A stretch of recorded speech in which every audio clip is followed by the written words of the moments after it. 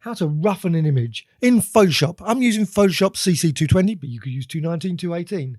First thing to do, image menu and image size. Remember the resolution 300. You're going to need that later.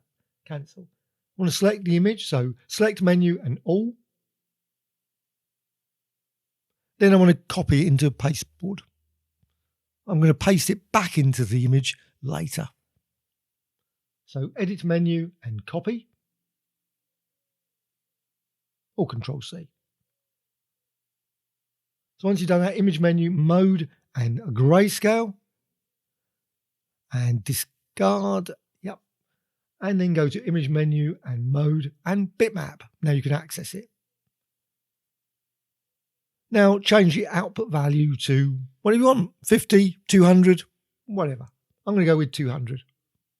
Also use custom pattern. That's going to be the method. Maybe use 100 or 200, up to you. Fortunately, there's no preview. Would be really nice. Now custom pattern, use that. And also select a custom pattern.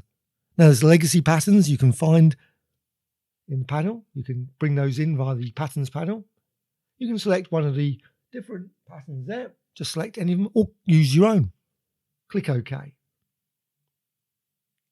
So once you've done that, you can see the lovely design that's generated. And you can see it there. Now you could go with that. Perfectly reasonable. Nothing wrong with that at all. You could, of course, recolor it and all those sort of things. What you can also do is you can go to image menu, mode, and put it back to grayscale. Okay. And then go to image menu, mode, and RGB. Bit of an odd route. I'm not certain why the others are not available. But anyway. So image menu and image size. Now change that to 300 again. Resample, etc. all on. Click OK.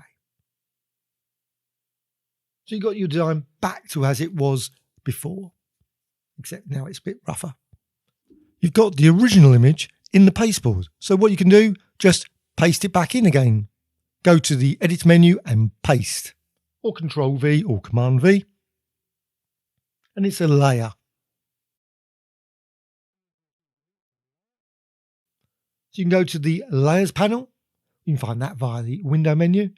And you can change, go through the different modes, darken, lighten, overlay, all those sort of things. Just go run through them. Which ones do you think work best? Linear burn, difference, whatever. Just try them. And of course, the live preview will update there. And of course, you could change the opacity if you wish. And of course, what you could do, you could also apply the layer again. So paste it in again and again and again. Maybe create multiple copies. Maybe slightly shift them slightly.